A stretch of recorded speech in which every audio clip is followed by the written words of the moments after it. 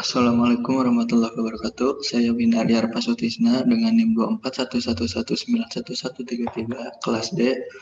Saya di sini akan sedikit menjelaskan rangkaian penyelesaian soal UTS struktur beton prategang. Seperti dilihat untuk soal bentuk penampangnya seperti ini dengan ukuran di sini, dan untuk keterangannya untuk RC frame-nya 45 MPa. Di sini struktur pasca tarik, dan untuk pertanyaannya, cek apakah penampang memenuhi syarat jika R-nya 0,8 dan rencanakan nilai prategang awal minimum dengan menggunakan diagram McNeil. Untuk penyelesaiannya, pertama kita harus dapatkan nilai luas dari penampang itu sendiri dengan rumus B dikali H karena berbentuk persegi dan didapat 280.000. Dan selanjutnya kita mencari titik berat penampang. Untuk titik berat penampang pada arah sumbu X didapat 200 mm dan untuk arah sumbu Y-nya 350 mm. Selanjutnya kita menghitung inersia.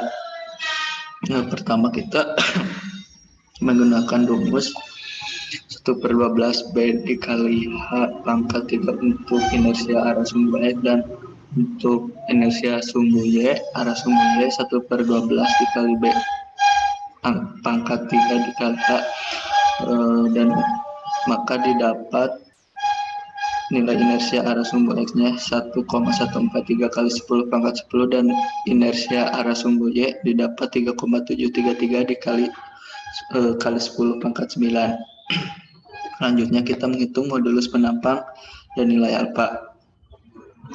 Bisa kita lihat yang didapat inersianya yang diambil yaitu inersia arah sumbu X 1,143 kali 10 pangkat 10 mm pangkat 4, dan untuk Y topnya 350 mm, untuk Y bottomnya 350 mm, dan untuk luasnya itu sendiri kita didapat tadi 280.000.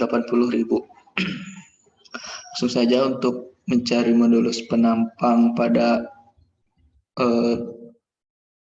titik bottom, yaitu dengan rumus inersia dikali Y bottom menghasilkan 32.647.142,86 mm pangkat 3, dan untuk Y topnya juga mendapatkan nilai yang sama.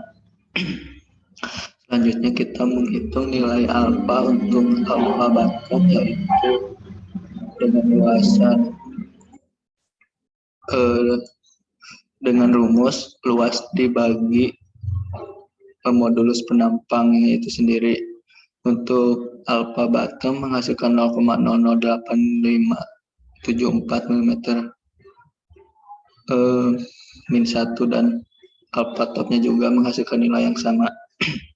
Lalu kita menghitung Emax, yaitu 350 dikurangi 100 dan menghasilkan nilai Emax-nya 250 mm. Selanjutnya kita menghitung momen akibat beban sendiri dan meratanya. Untuk QBS-nya 280.000 dikali 25 kali 10 pangkat min 6 lambda C-nya menghasilkan 7 kN per meter, dan untuk M0 atau MDL-nya dengan rumus 1/8 dikali Q dikali L-nya, yaitu 1/8 dikali 7 QBS ditambah beban yang diketahui tadi dikali L-nya itu 10 pangkat 2, maka menghasilkan 400 kN meter atau 400 kali 10 pangkat 6 kilomilimeter. Selanjutnya menghitung momen akibat beban terpusat. dengan rumus 1/4 dikali P dikali L. PI-nya itu sendiri tadi diketahui dalam soal yaitu 50, maka 1/4 dikali 50 dikali 10 maka menghasilkan 125 kilonewton meter. Dan untuk momen totalnya dengan rumus 1,2 MDL atau M0 ditambah 1,6 MU, maka menghasilkan momen total 680 kilonewton-meter atau milimeterkan 680 dikali 10⁻⁶. Lalu setelah itu menghitung batas tegangan. FC frame yang tadi diketahuinya 45 MPa dan untuk FCI-nya 0,8 dikali FC frame yaitu mendapatkan 36 megapascal. Lalu pada kondisi inisial untuk tariknya dengan rumus FTI sama dengan 0,5 dikali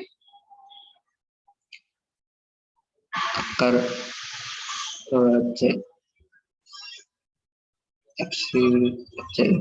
FCI, maka menghasilkan 3 megapascal. Untuk tekannya min 0,6 dikali FCI, untuk FCI-nya itu sendiri menghasilkan min 21,6 megapascal. Untuk kondisi efektif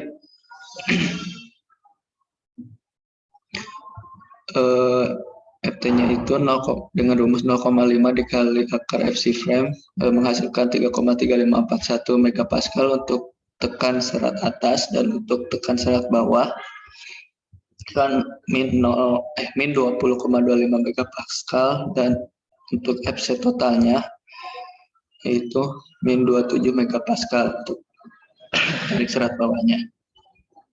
Lalu setelah itu pengecekan ZB untuk mengecekkan memenuhi atau tidaknya, yaitu dengan ZB harus lebih besar dari ZB min.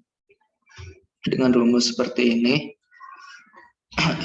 ZB min sama dengan M total dikurangi R dikali M0 dibagi FT dikali R FCI.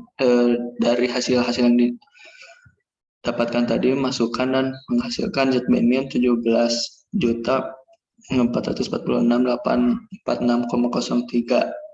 Maka dapat disimpulkan ZB min lebih besar nilai ZB atau modulus lebih besar dari modulus min ini.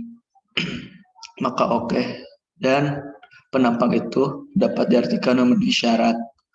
Untuk selanjutnya kita melihat untuk soal yang B, yaitu menggunakan diagram Magnell dengan rumus 5 persamaan. Untuk persamaan 1 dengan rumus 1/PI AT-1 AF.